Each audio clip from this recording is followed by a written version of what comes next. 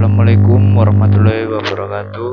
Perkenalkan, kami dari kelompok 5 ingin mempresentasikan tentang pengembangan jasa baru.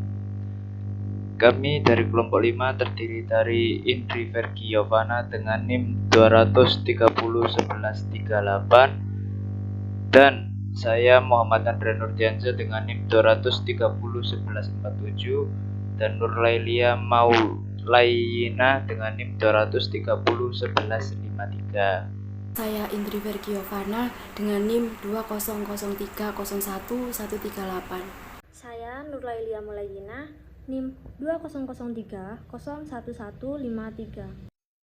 Hal-hal yang akan dibahas dalam bab ini adalah pengembangan jasa baru, unsur rancangan jasa, manajemen proses dan tantangan mengadopsi teknologi baru, pendekatan umum pada desain sistem dan pelayanan. Ada beberapa kategori dalam pengembangan jasa baru. 1. Major innovation atau inovasi utama. Jasa yang benar-benar baru yang sebelumnya belum pernah dipasarkan. Contoh jasa internet beberapa tahun yang lalu merupakan jasa inovasi. Startup bisnis, memulai sebuah bisnis. Jasa baru yang ditawarkan oleh perusahaan baru yang melayani pasar yang sama dengan pesaingnya namun memiliki karakteristik yang berbeda atau lebih inovatif. 3. Service line extension atau perluasan layanan. Tambahan produk baru masih dalam satu hal ini memiliki manfaat yang sama dengan layanan yang berbeda. Misalnya Telkomsel telah menawarkan produk simpati prabayarnya, kemudian menawarkan kartu halo pasca prabayar. 4. Service improvement atau peningkatan layanan. Penyempurnaan dari jasa utama dan penambahan pada jasa pelengkap untuk meningkatkan layanan pada pelanggan. Contoh layanan online atau 24 jam pada produk tabungan perbankan. 5. Style change atau perubahan tampilan dalam jasa. Meskipun paling ringan namun perubahannya tersebut paling terlihat, dapat berupa tampilan logo, seragam, peralatan jasa, gedung, tempat layanan, desain kartu anggota, dan lain-lain. Proses pengembangan jasa baru yang pertama dari pemunculan ide, penyaringan ide, pembangunan dan pengujian konsep, analisis bisnis, serta yang terakhir pelaksanaan pengembangan dari ide tersebut. Unsur rancangan jasa. Unsur rancangan jasa ini terdiri dari 4, yaitu pasar sasaran. Pasar sasaran merupakan salah satu unsur yang penting dalam menyusun rancangan jasa. Dengan ditetapkannya pasar sasaran, maka perusahaan dapat lebih mudah menyeimbangkan kapasitasnya dengan kebutuhan dan keinginan pelanggannya. Yang kedua ada pendekatan segmentasi pasar. Pedagang segmentasi pasar beranggapan bahwa tidak semua pasar memiliki perilaku dan respon yang homogen. Dengan demikian, perlu dilakukan pengelompokan pasar keseluruhan yang bersifat heterogen ke dalam segmen-segmen tertentu di mana masing-masing segmen memiliki kesamaan perilaku dan respon. Yang ketiga ada kontak pelanggan. Dalam mengelola perusahaan jasa, melakukan kontak dengan pelanggan sangat dibutuhkan. Kondisi ini dapat mempererat relasi antara perusahaan dan pelanggan serta dapat mengetahui tentang kebutuhan dan kepuasan pelanggan. Yang keempat ada desain fasilitas. Desain fasilitas yang baik dapat memberikan beberapa manfaat, yaitu diantaranya perusahaan mudah dikenali dan desain eksterior bisa menjadi ciri khas atau petunjuk mengenai sifat jasa di dalamnya. Unsur rancangan jasa. Yang pertama ada teknologi. Teknologi ini dapat mempercepat proses ekspansi dan pengendalian informasi melalui media dengan jasa kontak pada pelanggan. Yang kedua ada manajemen permintaan dan penawaran. Setiap perusahaan jasa perlu memahami faktor-faktor yang membatasi penawaran dan pola permintaan yang dihadapi. Yang ketiga ada prosedur.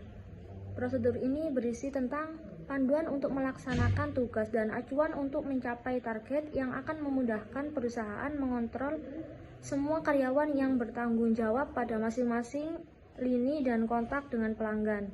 Yang keempat ada pengendalian. Usaha pengendalian kualitas jasa merupakan suatu usaha yang sifatnya menjaga agar kualitas jasa yang diberikan oleh pihak penyedia jasa minimal senantiasa mempertahankan yang sudah ada atau bahkan lebih meningkatkan mutu pelayanan. Manajemen proses dan tantangan mengadopsi teknologi baru. Manajemen proses sendiri adalah sebuah metodologi yang merujuk pada rangkaian aktivitas perencanaan dan pengawasan kinerja suatu proses bisnis jasa. Manajemen proses bertindak untuk menyelaraskan semua proses bisnis dalam perusahaan jasa tersebut, agar proses tersebut berjalan dan bekerja secara efisien dan efektif. 4 fungsi manajemen proses, yaitu 1. Merencanakan, 2. Mengorganisir, 3. Memimpin, dan yang keempat, mengendalikan yang dilakukan manajer untuk mencapai tujuan bisnis secara efisien. Pertama, manajer harus menetapkan rencana, mengatur sumber daya sesuai dengan rencana, mengarahkan karyawan untuk bekerja sesuai rencana, dan mengendalikan semua dengan memantau dan mengukur efektivitas rencana. Dalam melakukan manajemen proses, seiring berjalannya waktu, terdapat teknologi-teknologi baru yang akan membantu dalam proses perkembangan bisnis. Pekerjaan-pekerjaan yang dulunya ditangani dan dipelajari manual oleh manusia, sekarang bisa ditangani oleh mesin, seperti contoh pembayaran penggunaan ATM, jasa pengiriman barang bisa melalui sistem online, jasa penerjemah bisa melalui situs online. Terdapat 4 tantangan yang harus dihadapi jika kita ingin mengimplementasikan teknologi baru dalam suatu perusahaan, yaitu kurangnya talenta untuk mengoperasikan teknologi, kultur yang menjadikan transformasi teknologi baru menjadi semakin menyulitkan bukan memudahkan, ketidakpahaman tentang manfaat dan implementasi teknologi. Dalam pemanfaatannya, teknologi harus berhati-hati karena kesalahan fatal bisa berpengaruh besar terhadap perusahaan. Pendekatan umum pada desain sistem pelayanan. Proses desain atau perancangan sistem pelayanan jasa merupakan suatu proses kreatif yang diawali dengan menyusun tujuan pelayanan jasa. Umumnya, desain sistem pelayanan jasa menyangkut aspek lokasi fasilitas, tata letak fasilitas, keterlibatan pelanggan, pemilihan peralatan, dan kapasitas jasa. Apabila sudah diimplementasikan, maka segala macam modifikasi dapat saja dilakukan dalam rangka menyesuaikan diri dengan perkembangan dan perubahan yang terjadi. Ada beberapa pendekatan yang dapat diterapkan dalam rangka mendesain sistem pelayanan jasa. Yang pertama ada jasa personal. Pendekatan ini didasari keyakinan bahwa jasa merupakan sesuatu yang sifatnya personal. Artinya dilakukan oleh individu tertentu dan ditujukan kepada individu lainnya. Setiap pelanggan harus dilayani secara personal sesuai dengan kebutuhannya masing-masing. Yang kedua ada pendekatan lini produksi. Melalui pendekatan ini, jasa rutin disediakan dalam lingkungan yang terkendali untuk menjamin konsistensi, kualitas, dan efisiensi operasi. Beberapa karakteristik yang menunjang keberhasilan pendekatan ini diantaranya adanya keterbatasan karyawan dalam hal kebebasan bertindak. Pembatasan keleluasaan bertindak ini dimaksudkan untuk mencapai keseragaman dan konsistensi dalam kualitas. Sebagai contoh, jasa penyemprotan penyakit DBD untuk mencegah mewabahnya penyakit demam berdarah. Jasa ini perlu memiliki konsistensi dalam kualitas, sehingga setiap pelanggan berharap akan jasa yang akurat dimanapun ia berada dan siapapun penyedia jasanya. Adanya pembagian kerja. Masing-masing kelompok kerja membutuhkan keahlian keterampilan karyawan. Dengan demikian, setiap karyawan hanya perlu memenuhi syarat keterampilan yang dibutuhkan untuk melaksanakan tugas tertentu. Misalnya dalam dunia perbankan, terdapat teller dan customer service. Menggantikan sumber daya manusia dengan teknologi tertentu. Adanya kemajuan teknologi dan komputerisasi memungkinkan dilakukannya penggantian secara sistematis, di mana mesin atau peralatan tertentu akan menggantikan semua sumber daya manusia. Hal ini sudah mulai banyak diterapkan, misalnya dalam industri perbankan yang menggunakan kartu ATM. Swalayan atau self-service. Dalam pendekatan ini, tingkat keterlibatan pelanggan sangat tinggi. Pelanggan berperan secara aktif dalam proses jasa.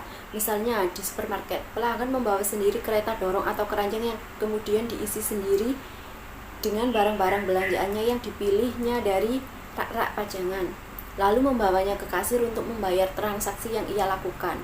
Contoh lain adalah pasien-pasien tertentu sendiri yang mengisi catatan sendiri, catatan medisnya di rumah sakit. Partisipasi pelanggan. Sebagian besar dari perusahaan yang bergerak di bidang jasa, pelanggan hadir pada saat jasa tersebut diberikan. Partisipasi pelanggan juga dapat meningkatkan relasi yang lebih kuat. Berdasarkan tingkat keterlibatan pelanggan, sistem pelayanan jasa dapat dipandang dari 2 titik, yaitu swalayan dan ketergantungan penuh pada penyediaan jasa.